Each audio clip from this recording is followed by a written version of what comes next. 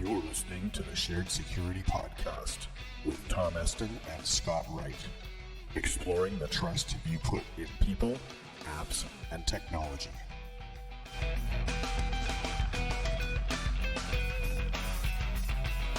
Hosted by Scott Wright, the Streetwise security coach, and Tom Eston, penetration tester and ethical hacker. We bring you stories, advice, and tips to help you make better risk decisions because nobody else can make them for you. The Shared Security Podcast is sponsored by Silent Pocket with their patented Faraday cage product line of phone cases, wallets, and bags. You can block all wireless signals, which will make your devices instantly untrackable, unhackable, and undetectable. Visit silent-pocket.com for more details.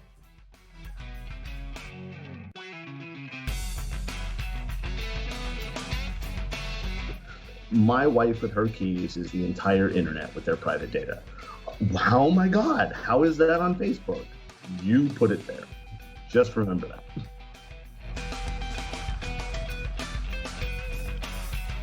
Hello and welcome to episode 76 of the Shared Security Podcast. I'm Scott Wright here with Tom Eston and our special guest and one-time co-podcast host.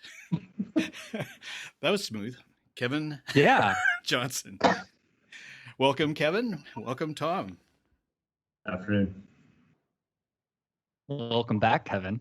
I think that's the bigger question, right? I don't know why you guys put up with me. Yeah.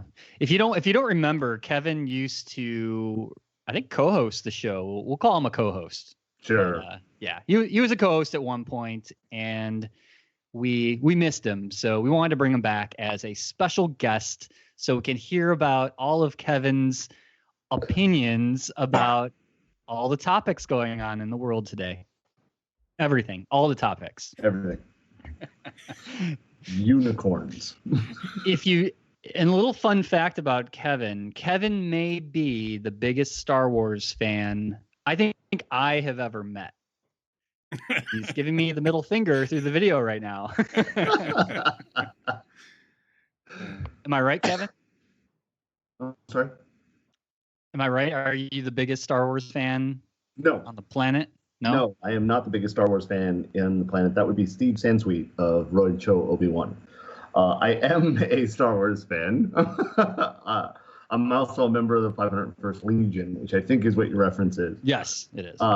I build screen-accurate costumes and use them to visit kids in hospitals and raise money for charity as part of the Legion. We're a worldwide organization, and if you like Star Wars, come by our Jacksonville office because I store my costumes on mannequins there.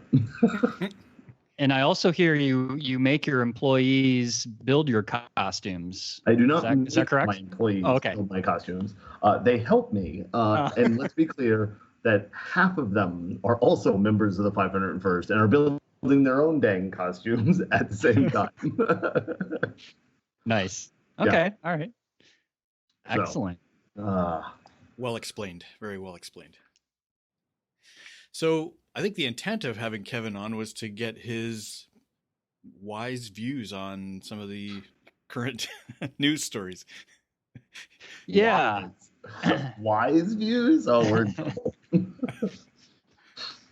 So Kevin, maybe first, give a little bit of background just on, for the listeners that maybe haven't heard of you or your background and expertise, if you could just give maybe a quick 30-second elevator pitch of who Kevin Johnson is. Who Kevin Johnson is? I'm a nerd. I'm one of the founders of Secure Ideas. We are a security consulting firm out of Jacksonville, Florida. We have an office in Charlotte and staff in Michigan and Tulsa, and soon to be one more state that I won't name,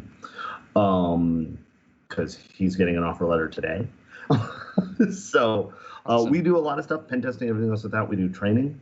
The two things that I would like to mention, if you're okay with it, sure, is one, if you are an active duty military, veteran, or first responder, our training is free. Contact me and I can give you the coupon code to the training. And two, if you work with or help out a nonprofit charity our services are free. That's not free like 6 months and then you pay us lots of money. It's free. The only requirement is you have to be a nonprofit charity we like. Basically, the term is don't be a jerk charity. And the example I give is Westboro Baptist Church. The idiots that protest funerals. They're a nonprofit charity according to the federal government, and I'm not helping them out. Good call. That's my standard, right? That makes it pretty darn clear. clear. Okay, I think we have a really good idea now. Yeah, I think it works, right? So that's who I am. I'm also the author of 542. Was the author of 542 at SANS, the web pen testing course, which was what a lot of people know me as. Yep. Great. Now people are going, "Oh, that Kevin." That nerd. Yes. Not the basketball player, because I know when you Google Kevin Johnson, you get a plethora of Kevin Johnsons. Yeah, you would have thought that when I changed my name, I would have picked one that wasn't so common. Right. Yeah, I didn't think that one through. It's like Smith or Kennedy. Not Dave Kennedy, but well, yeah. yes, Dave Kennedy. I'm not a Kennedy. I've never left an ex-girlfriend in a car at the bottom of a river. That's good. Good to know. Yeah, it's my rule. So let's talk about Russian hacking and routers. Routers. Yes, I really want to get your opinion. So there was a report that was released. I think I put it in the show notes there. The 86% of Wi-Fi router owners, so home routers, right? Yeah. They've never updated their firmware or changed the defaults from the products that they buy. So I had talked to Rebecca Harold on her show last week about Russian hacking and how nation states are taking advantage of consumers and just businesses in general that are not securing their devices. They're not patching them. They're not updating them, not changing the defaults.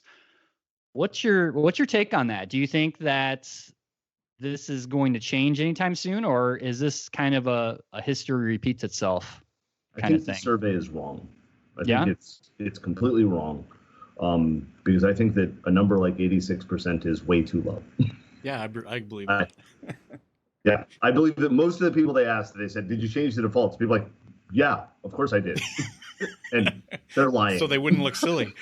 Yeah, exactly. Right. It's like when we ask how many people have been hacked, and nobody raises their hand, and we know they're wrong.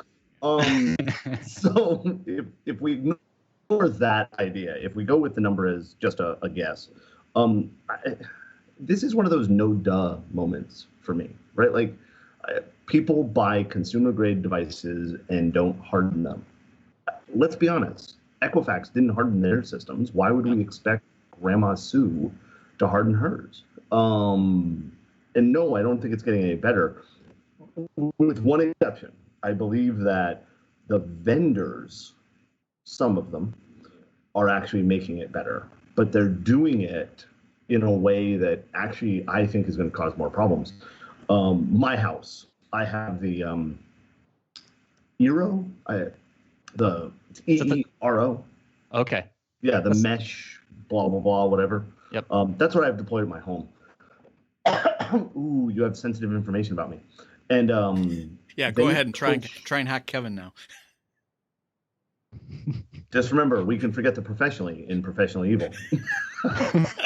So, and I probably will when my daughters start dating.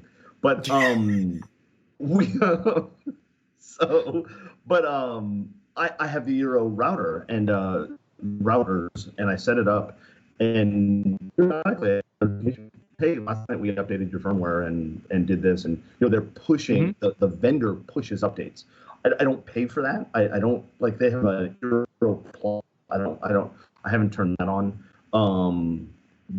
But that is where the change is going to happen. I think is that the vendors are going to start pushing it. The problem you run into there is there's actually a good reason not to patch some systems. Right? I have lab systems that I purposely don't patch. And I'm not saying that that's good. I'm just saying that there's a reason for it. You have yes, right. And like the Eero system, I haven't seen a way to turn on the pushing of, or turn off Right. the pushing of patches. So I can't use that in my lab for a specific reason. Right. Because that's ultimately where we want vendors to go, is security by default, right? Yes. Yeah. So consumers don't have to worry about it because. Yeah. But I would go so far as to say, do we really care? And the reason I say that is, are the majority of compromises today happening because some idiot left their home router in the default mode? No. The majority of hacks are happening today because some idiot clicked a link. And that's made even worse because we trained them to, right? I mean, how many people are listening right now, or whenever this is recorded and published or whatever, that their company does user awareness training by sending you a link to go take the user awareness training that says don't click links, right? I mean, yeah. So I think in my mind, the router thing is bad. It's a problem. It's the same problem we've had for years, but I think that we're focused on the wrong thing. I think that's more of a headline thing, and it's because we don't have an answer to the other. Sorry. No, that's good. So what's your thoughts on, because I know a lot of people are thinking that the Russians are coming after them and the government and all these things. What do you think their motives are? Because they have been tied. I mean, there was that big security alert from Homeland Security that said the Russians are, targeting consumer and business grade routers. Yep. And there is some concern about that. And of course, the government doesn't provide many details of where they got this information. But when these public announcements go out, the question is, what are their motives and what are they looking to accomplish? I don't know what their motives are. Well, no, that's not true. I know what their motives are. Their motives are to compromise as many things as possible and have as many pivot points as they can. And a pivot point through a home router or a home network is probably one of the best because our connectivity is getting amazingly faster. The computing power at a home has been getting stronger and stronger, and nobody monitors it, right? Like how many of the people could tell you if somebody had compromised their home machine, right? So from an anonymizer, I'm not sure if I'm saying that word right, but from an anonymizer, from the stereotypical hackers movie, jumping around point to point on the internet, that's the way to go. So that that's my opinion of their motive. With regards to the government talking about it, whatever. Sorry, I just, like I said, for the vast majority of people, we'll talk about my father-in-law, right? Before my father-in-law died, he clicked every link he got sent. If you sent him an email that said you had $1 million to give him and you were a prince, he responded. I used to pick on Lenny all the time and to him, like I would say to him, like, Lenny, you're making me look bad. I'm a security guy and like, I can't come over to your house and you don't have malware. But to be perfectly blunt, the nation state attacks, Russia compromising his system, impacted him not at all. So he didn't care. His biggest concern was, could he surf the web when he wanted to surf the web, right? And he could. And as long as they didn't break that, Lenny didn't care. So I think that the bigger care is back to the vendors. The vendors have to worry. The big boys have to worry. The people who are being attacked from those home routers. Yeah. Does that make sense? It does. It does. So what do we do with just educating the general consumer, the general user, like you had mentioned? Is it worth our time? Is there better ways and better tactics that we as just professionals, right? We obviously care about our friends and our family that are making these mistakes, right? By clicking links and other things. What can we do better to help educate the ones that don't necessarily want to be educated? Stop being assholes. Oh, sorry. Stop being jerks. We eat our own. As a matter of fact, I'm going to be talking about this Friday at the Converge conference. I'm doing a talk all bacon, and we're going to use Ron Swanson and Leslie Knope to describe how to build community. And Bacon, that's great. I'm sorry? Just using bacon. Well, yeah, I liked bacon. I just met somebody who doesn't like bacon. Sadly, we hired her. It's not sad. We love that we hired her. How do you not like bacon, right? These are the days of diversity and inclusion, Kevin. You gotta accept everyone. Is not liking bacon a protected class? But I mean, look at what happened with Twitter, right?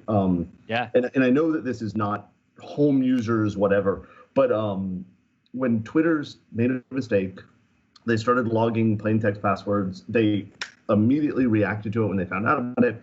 They supposedly fixed the problem. They notified all the users, something they weren't required to do. What happened? People bashed them on Twitter, which I find funny. I was getting a kick out of it. It's like when MySpace put a post on Twitter asking people to like them on Facebook, but I might have made that one up. Like it was this uproar, like, oh my gosh, Twitter's stupid, this is awful. And we do the same thing with users. How many times have you heard a talk? Heck, how many times have you given a talk or you've badmouthed users? How many times have I given talks? Only developers, but yeah. And developers, right? Yeah.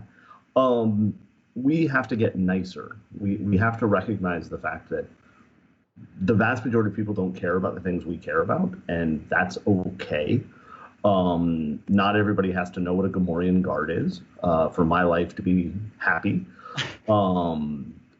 The same thing comes with security. And I think that as long as we lose sight of the fact that the vast majority of people are not interested in what we're interested in, until we lose sight, until we stop that, we're not going to fix it. And until we recognize the fact that more than half the people in the world are below average or average, that's just math. And we need to educate. So be nicer, I think, is the Jason Street says it all the time. How dare you? So, how dare I what? Quote Jason Street with be nicer? Say that half the people are below average. No. See, you misquoted me. You're fake news. What I said was more than half the people are average or below. Oh, there you go. Yeah. There's a fine distinction there. Yeah, it's very easy to say. The majority of people are average or below. It's just math. It's like people getting upset when you call them ignorant. Ignorant is not an insult. Ignorant means you don't know. That's it. I'm ignorant of lots of things. Yeah. It's the context of the word that you, and the inflection of your voice and your body language. In that sense, if I call you an ignorant waste of time, that's an insult. So in that sense, I think security awareness education itself is a very small part of our problem. I agree. Because we have a lot of other things to explain to people that don't really care about a lot of things. So, well, and we do it to ourselves, right? How many security systems do you know of send an email out with links that say, click here to get information about that security problem? I got an email from my bank. Yep. My wife's debit card was compromised. They weren't sure. They thought so. There was a $3,000 charge on her debit card, and they wanted us to verify the information. And what did they do? They sent us a link to a third-party site to verify. It's like, wait, that's not. Yeah. Like we literally tell people not to click those links, and you sent me a link. So. Yep. Yeah. That's it. Sorry. I do actually. I have computer-based training for business organizations, and it's exactly as you said. We have to send out an email with a link to get them started. But the first thing I have the client do is send out a pre-email saying you will be getting an email from this organization with a link to this site, and please use it. Don't put it in the spam. You know the problem with that? Tell me. Yes. When I do phishing attacks, if it's an educated organization, I send them an email first that's supposedly from one of their managers that says, yes, you're about to get a link. This one's okay. And then we send the link. Yeah, we're working on an advancement where we use carrier pigeons instead of emails with links. But I like that. I like that. See, what I prefer is to work because we not to be rude, but we also offer computer-based training for user awareness. And what we do is we tell our customer to put information on their intranet that links out to the user awareness, and then we send an email that says, go to your intranet site. Yes. And under this category is the information on the awareness. That way, there's no links, nothing like that. And I see what you did there. Yeah, I see what you did. Yeah, well, no. It's like, let's practice what we preach. Let's Very good. Cool. So, what else can we bug Kevin about, Tom? Well, the other topic I'm very interested to hear Kevin's thoughts on is GDPR. I know that's such a dirty word these days, but I know we have all seen those emails, I think, flood our inbox of see our updated privacy policy. Click here to view our updated privacy policy. Yeah. What do you think of maybe taking this? We all know kind of the business impact. I think we all know what GDPR is, but for the general, person, like it's kind of the theme of this podcast, right? We're talking about the general user. What is the impact to them? Should they care, or is this another, something they shouldn't really be concerned about, and we'll just keep going on our soapbox?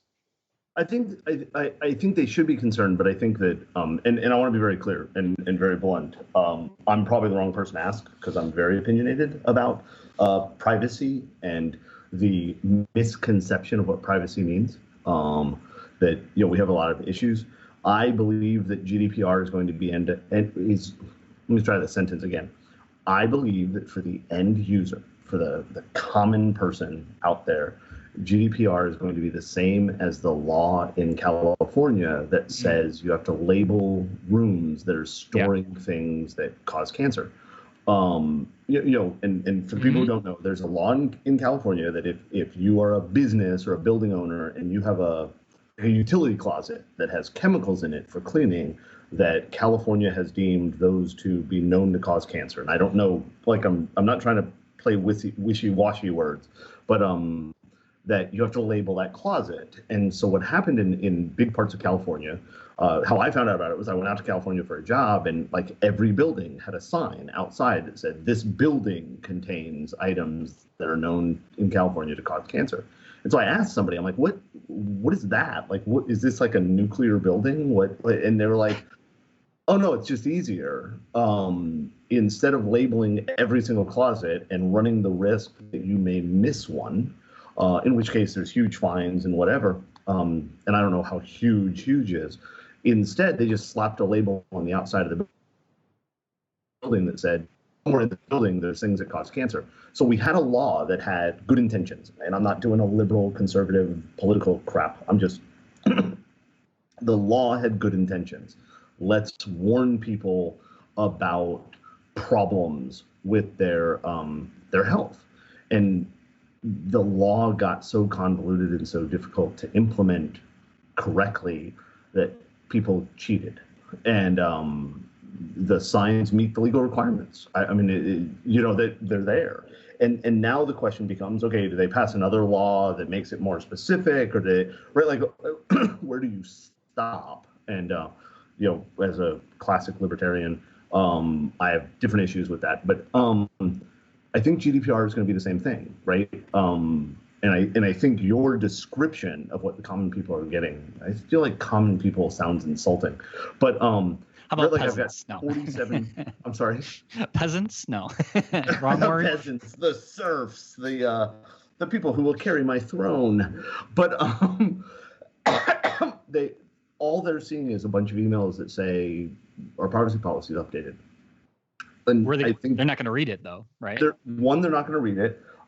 Two, they're not going to care. And three, the people that do care are going to care about very specific things. And I'll tie it to the Cambridge Analytica issue, right? Oh my God, Cambridge Analytica collected all this data and gave it to Trump, and that's why Hillary's not the president, and the Russians. And nobody seems to think about the fact that, what was it, 2007 when you and I did our first talk on social media? Yeah. And the data that Cambridge Analytica was able to collect, we were able to collect.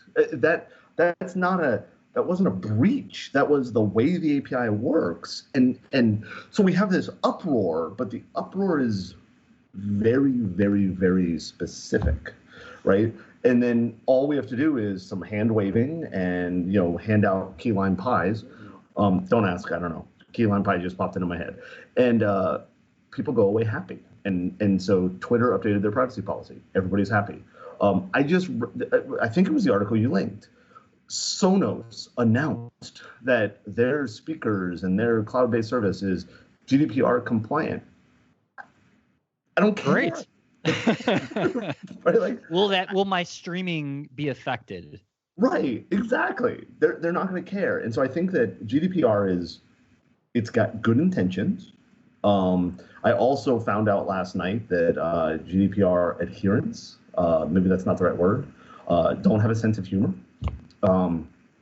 So I made the joke that I've made a few times, this is the first time I've tweeted it, that in Europe, IP addresses at some level are considered personal data. I'm not going to get into the semantics of that, right?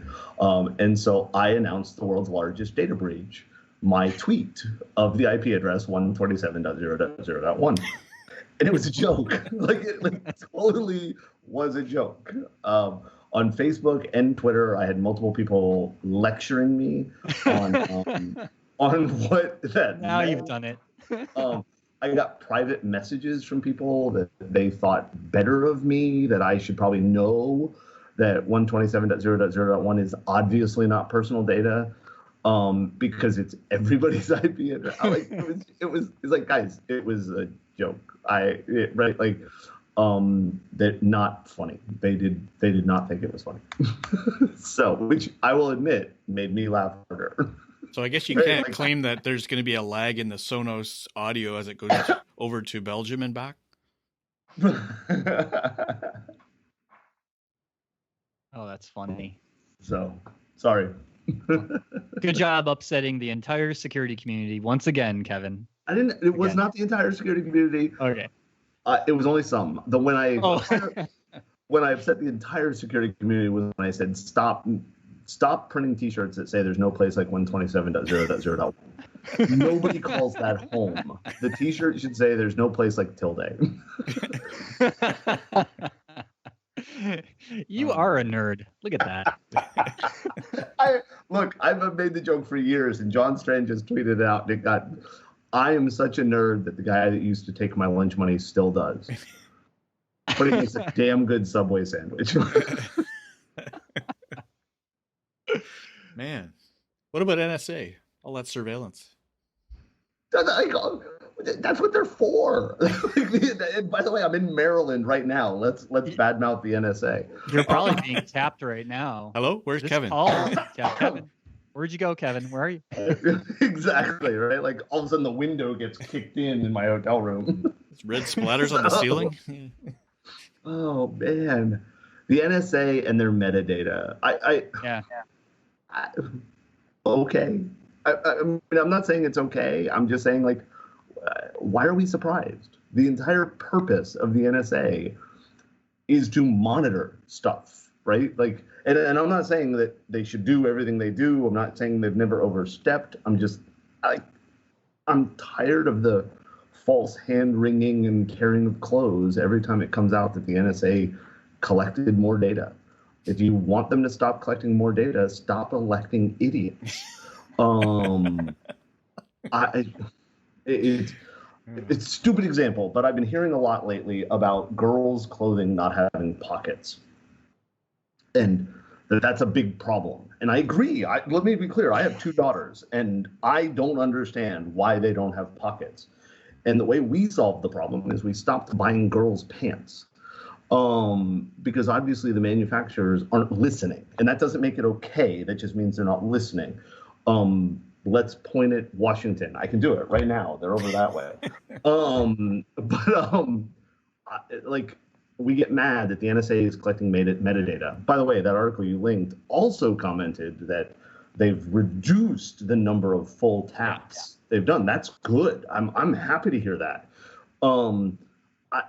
If we want the NSA to stop doing that, and personally, I think we do want the NSA to stop doing it. I also think we want to stop doing the 100-mile borderless, extra constitutional rights. And as somebody who lives in Florida, and the entire state of Florida is considered a border zone, how about we start holding our elected officials accountable for the stupid done in their names?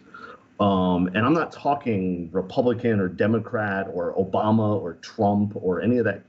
Excuse me. Sorry, you pushed the rant button. Uh-oh, here it comes. I don't understand why the American public on a regular basis, and only Tom and I can comment on this, but and I can laugh.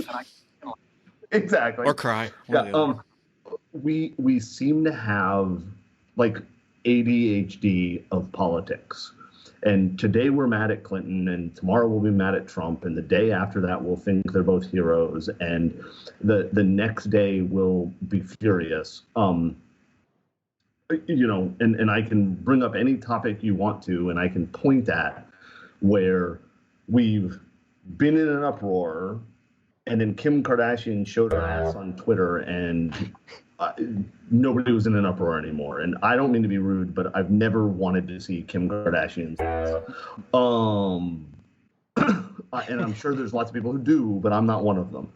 And it blows my mind. And this thing with the NSA, yes, the NSA increased the amount of metadata they're collecting. And you and I both know, which is something that I think most people don't realize, is that metadata is almost always as dangerous to have collected as full taps. You might not know what I'm talking to that person in Ohio about, but I'm talking to that person in Ohio. And as you start to pull together that metadata, the information becomes very, very dangerous, and most people miss that. Yeah. And so in my mind, it's bad that the NSA is collecting more data.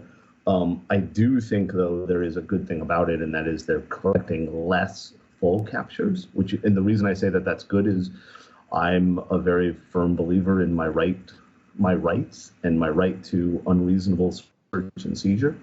I know that the lawyers on the podcast will probably disagree with me, but 2 of my Facebook profiles pretend to be lawyers, so I'm probably an expert somewhere. My right for unreasonable search and seizure is violated every single time they capture my phone call. And just because I called somebody in, I don't know, pick a country, right?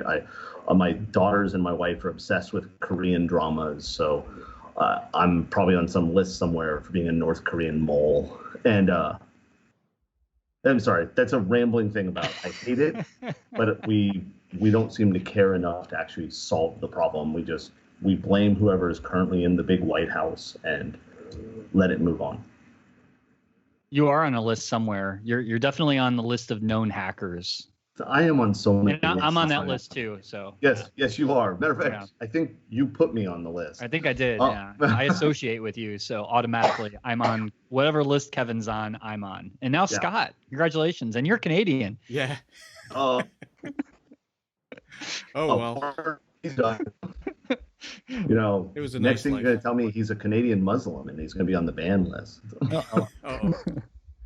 Well, I'm not planning to go to the States for another 6.5 years, so you're fine. Not a big problem. That seems very specific. Could be shorter. I don't know. 4.5 years and 37 days. Are you a CISO or information security manager challenged with tracking and managing information security incidents within your organization? If you are, you need to take a look at CISO Box, which is a software appliance built for NIST-compliant management of all types of information security incidents. CISO Box secures and protects sensitive incident data using technology accredited by U.S. federal intelligence agencies and gives your organization an efficient and streamlined process for incident handling. No matter if your business is large or small, we highly recommend the CISO Box solution as it's extremely easy to use, scalable, and a secure way to implement instant handling within your organization. For more information on the CISO Box solution and to schedule a demo, visit cisobox.com/shared security. That's CISOBOX.com/shared security. So one last question. Man. Yes, I know. And this is the big one, right? So if you have one piece of advice to give to just the general user, the general consumer around their own privacy, what is that tip? That's easy. Oh, you want me to tell you? Oh, yes. The question was, what is it? Waiting. The biggest tip I have, and it's the one I've said it a million times. Heck, I think you and I, when we were in Orlando, said it to the people in the audience. Stop blaming everybody else for your privacy issues. Remember that you control what data you share. I am blown away by the number of people like, oh my God, look at all the stuff Facebook knows about me. Yes, all the stuff you posted on Facebook. Oh, but I set my privacy settings to private. You posted it on Facebook. Don't be surprised when your data is on the internet where you put it. That's kind of like my wife's gonna kill me. So She's already killed you. my wife loses her keys every day. I don't understand it. Every day she's walking through the house. She has literally called me when I have been in another state. Kevin, I can't find my keys. Denise, I haven't been home for 3 days. It's not my fault you don't have your keys. And then she's always surprised by where they are. What are my keys doing in the master bathroom? You put them in the master bathroom. No, I didn't do that. Yes, you did. My wife with her keys is the entire internet with their private data. Oh my God, how is that on Facebook? You put it there. Just remember that. So that is excellent advice. Denise is going to kill me. And your wife is going to kill you, yes. Yeah. And you called her by her real name. Sure you did. So. But Mother's Day is coming up, so you could buy her something, take her out for a nice dinner, Already did. Her and the girls are obsessed with, like I said, they've been watching these Korean dramas and listening to Korean pop bands. And they are in love with BTS, which is this band of Korean guys that sing, I guess. Huh. And they are coming to the States, and I bought Denise and the girls tickets to the concert. So if she gets mad about this podcast, I'll just say, concert, New York, you're going. BTS, that's right. BTS, that'll distract them. Awesome. So so how about a plug for your business, and how can our listeners get a hold of you? And catch your next stand-up act. Yeah. When is that show? Was this morning in Maryland. I'll be in Detroit on Friday. But secureideas.com. You can follow us on Twitter. I've always been tempted to add the disclaimer to my Twitter feed that my tweets are the opinion of my employer. secureideas.com. Like I said, if you want training and you're a vet, active duty military, veteran, first responder, it's free. Let us know. And yeah, that's where we're at. All right. That's very cool. Well, thanks for being on the show, Kevin, as always. Thank you. Yep. So any last words where people can reach us, Tom? You can reach us at feedback@sharedsecurity.net, or you can follow the show on all of the regular social media channels, Facebook, Twitter, Instagram. Did you know we're on Instagram, Kevin? I know. Isn't everybody on Instagram? Yeah. I'm not. Except for Scott, but Except everybody but Scott. Yeah. What am I missing? I don't know. Not much. You're not missing much. Well, Anyway, it's been really fun having you on again, Kevin. And I think we'll probably have you on again in how long, Tom? When was the last time he was on? Was it 4 years ago? 2010, I think it was. Yeah. We'll make it more frequent. I think it's been more recent than that. Okay, maybe. Yeah. I don't know. I'll have to do the math. I'll have to figure it out. The longer, We've been recording we wait, the more special he is as a guest, right? So. That's right. We've been doing this for 9 years, so it may have been 9 years ago. We should find out the date of our first episode, and we'll have a 10th anniversary reunion. There we go. Coming up next year. Yeah, it is. It is. We should do it live from someplace like Florida. You guys are welcome to use my office. Oh, excellent. Yeah. With the Grammarian Guard, too, right? You don't have a lot of boxes piled up or anything there, do you? Yeah, lots of Star Wars stuff. I don't know why. That'll be fun. I can imagine. Cool. Well, thanks very much, Kevin. And thanks, everybody, for listening. We will catch you next time. Thanks a lot.